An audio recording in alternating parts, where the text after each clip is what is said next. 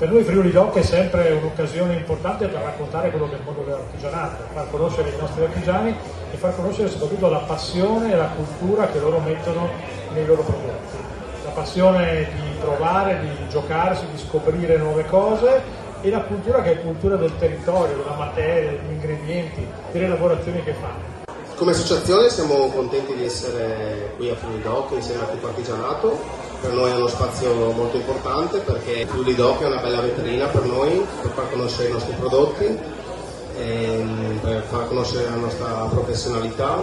Potete venire qui in via Mercato Vecchio ad assaggiare diversi prodotti di vari produttori del Friuli Venezia Giulia e sicuramente con Artigianato ci ha dato una mano negli ultimi anni a promuovere i nostri prodotti.